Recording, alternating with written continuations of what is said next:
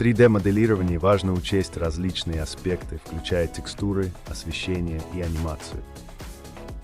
Первый способ моделирования – полигональное моделирование, которое используется для создания сложных форм. Второй способ – NURBS-моделирование, позволяющее создавать гладкие и сложные поверхности. Третий способ – скульптинг, который идеально